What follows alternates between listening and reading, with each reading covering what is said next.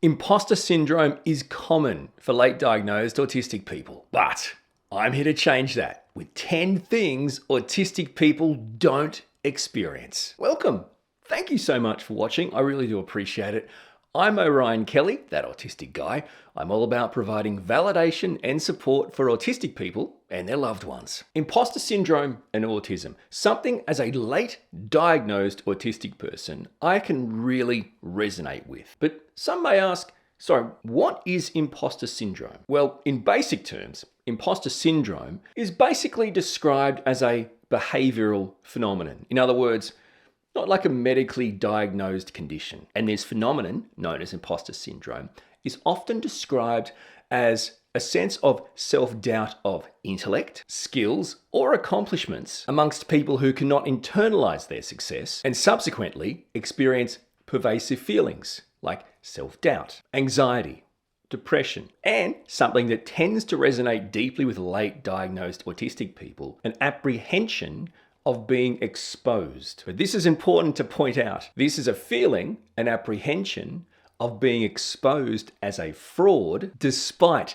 verifiable and objective evidence to the contrary. So there's verifiable, objective evidence to go against our feeling that we are a fraud, yet we can't shake that feeling. Imposter syndrome in a nutshell. And I would hazard a guess to say most people living on the planet will feel this at some point in their life. It may be as a result of the job they're in, or the group they're in, or the activity they're doing, or a type of accomplishment. But for late diagnosed autistic people, this feeling of imposter syndrome can be even more intense. Why, you may ask? Okay, well, let's make a list together. Let's say you're a late diagnosed autistic person. In other words, you were born autistic.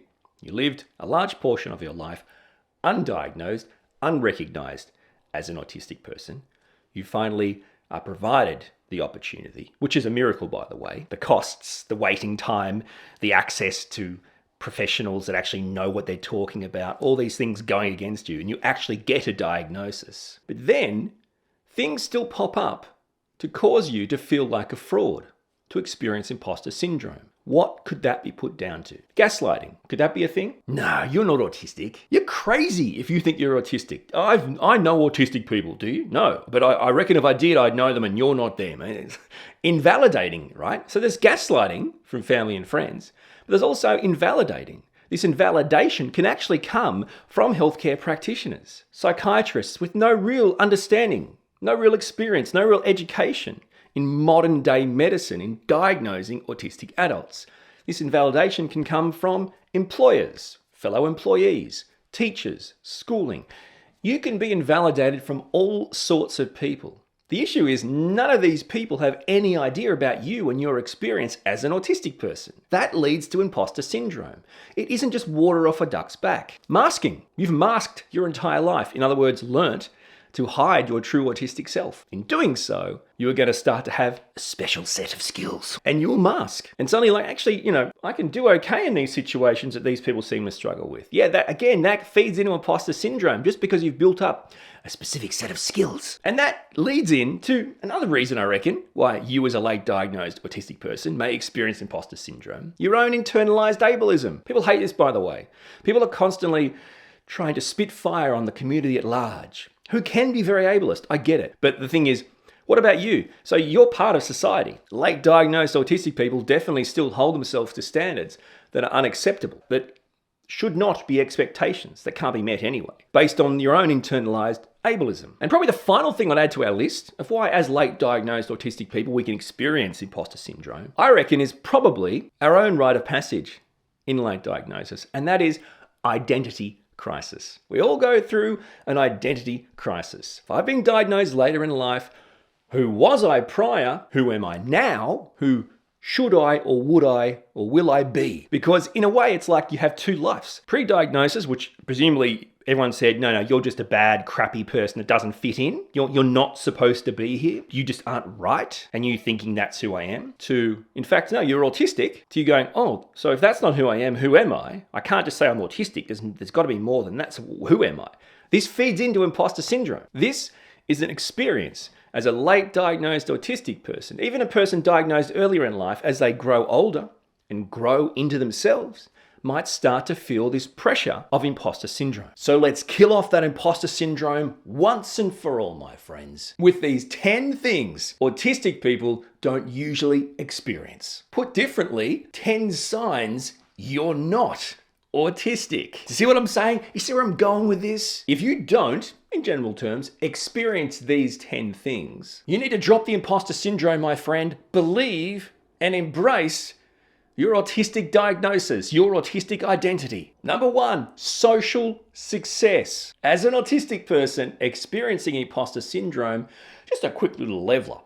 Let's talk about your social success. How's your friendships going? Do you have many friendships? Are they successful? Do you find it hard to make new friends? What about even just meeting new people? How are you in the social situation of meeting new people in new environments? Is that something you thrive at? Or is it a challenge? Does social success come easy to you? No?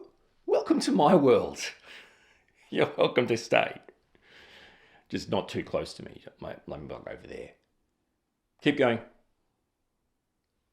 Bit further. The next thing autistic people don't usually experience is not being bullied, harassed, ostracized. So, you're saying there's people on the planet that don't get bullied? Who are these people you speak of? Imagine if I said, hey, are you a person who, for the most part, never really gets bullied, doesn't really have any experiences with being ostracized, discriminated against, or harassed? Is that something that resonates with you, the idea that that isn't a thing for you? You've come to the wrong place. As autistic people, it's probably not part of your standard experience in life to simply just easily fit in. Be accepted.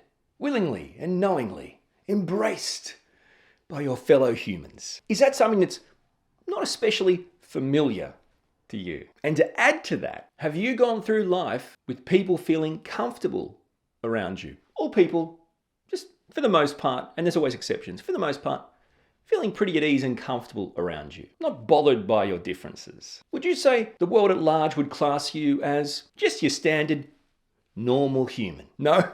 You got to ditch the imposter syndrome, man. This is a reality check on the life of an autistic person. Number 3, do you love socializing? Do you absolutely love being around other people? Now, I get it. There are exceptions. And I don't think that I can just say, I hate socializing or I hate being around other people, but I don't like it.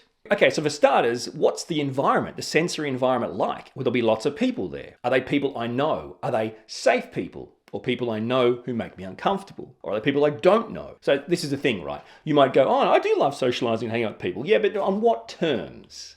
I mean, in general, are you a social butterfly who just loves being around people? Are you a social butterfly who's a people person? Is that you? It's not me. Being around groups. Do you love events? Do you love catch-ups, meetups, meetings, pop-up little parties, pop-in visitors? Do you love that whole kind of like just unpredictable nature of socializing and interacting? Why am my whole body wobbling? I don't know. I'm just trying to say, if you don't usually experience these types of feelings of, man, I just love socializing and hanging out and being a people person and social butterfly and going to new events and groups and things. I mean, if that's not something you usually experience, you need to start listening to your daily experiences and stop letting the world push you into doubting your own identity. Number 4 on the 10 things autistic people don't usually experience is around speech.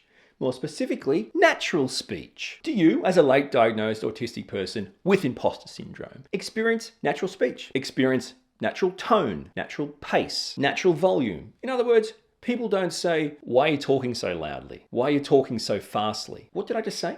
Why are you talking so fast? I'm keeping that in. What about repetitiveness? Is your speech natural or can it be quite repetitive? Do you explain something 7 times? Like, this is me.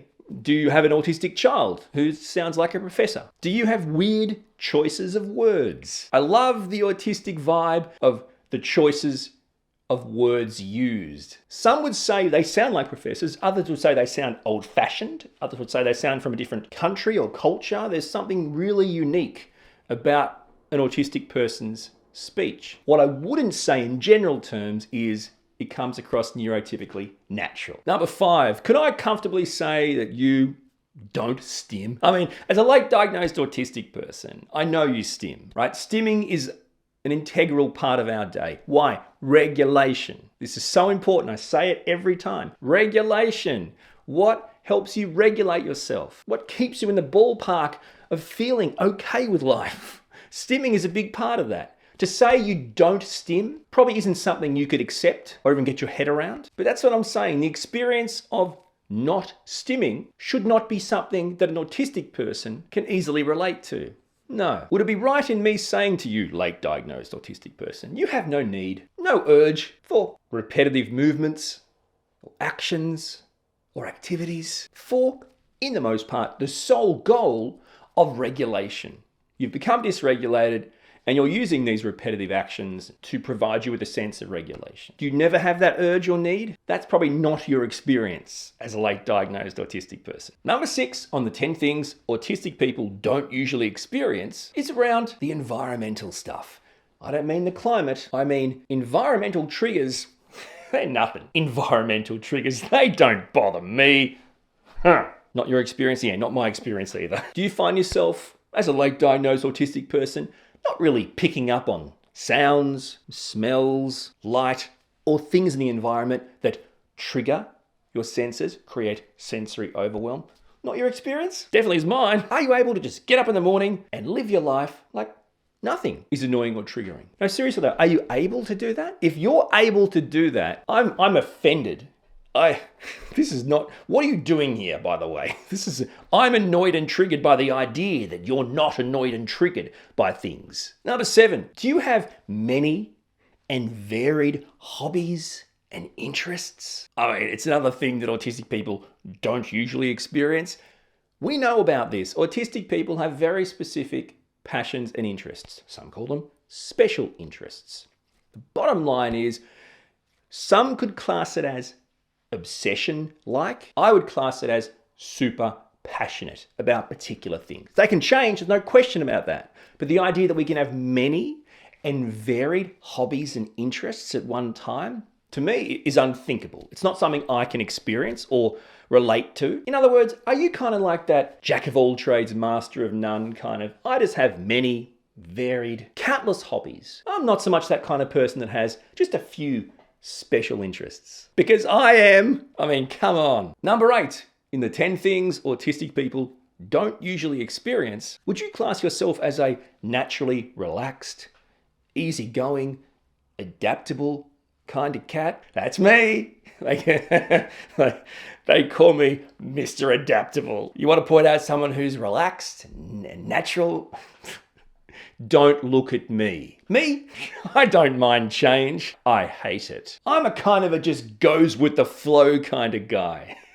Your flow better not get in my way. Routine? Sameness? No need for that here. If you so much as alter one skerrick of my day, I will end you. Life doesn't make me anxious. I'm riddled with anxiety and cry myself to sleep. Number 9, I love this one. Can you easily switch tasks? As a late diagnosed autistic person, I couldn't relate to that any more than not being able to relate to that at all. No, transitioning. You might as well call me a car because I have my own transition. What's that? That's transmission. Transmission and transition are 2 different things. Yeah, but it's still going from one gear to the next. Okay, cool. So transitioning and transmission is pretty much the same thing. The point I make, just cut there, please. What I'm saying is I'm an autistic person, a late diagnosed autistic person. Me no likey the transitions. I don't care if there's something that needs to be done or something that has to happen now. I'm doing this. I don't want to stop doing this to do that, let alone trying to get an autistic child to transition. Like if they're doing something after school and it's dinner time. Oh my goodness. I need long service leave from transitioning my kid to dinner. Transitioning from one thing to another, totally fine. Is that your experience, late diagnosed autistic person? I don't think it is. You see what I'm saying? How easily we can just completely kill off this stupid idea of imposter syndrome. Don't forget autistic inertia. It's actually ingrained in us to want to stay doing what we are doing. Conversely, autistic inertia doesn't usually occur for neurotypical people. If you're the kind of person that can switch tasks, can be at rest and go straight into motion, or can be in motion and go straight into rest, then that's an experience I can't relate to. And the final thing I've got for you, my friends, that autistic people do not usually experience is, are you a person who can always just be yourself and never be bullied or rejected or discriminated against? Or this is a thing? Do you see no real need to ever mask your true self? No, not me. You see what I'm saying? If you wake up in the morning and see no need to even forget about fear or anxiety, no need to even consider masking or suppressing your true self, you are not experiencing an autistic experience. You see how easy it is to show the difference between a late diagnosed autistic person suffering from imposter syndrome and an actual imposter? This doesn't occur to autistic people. What do you mean I can be myself and not be rejected or bullied or ostracized or discriminated or harassed? What do you mean I don't ever have to consider masking my true self? What are you even talking about? For even more on navigating a late autism diagnosis, you can check out my video, Unmasking After a Late Autism Diagnosis, Embracing Authenticity.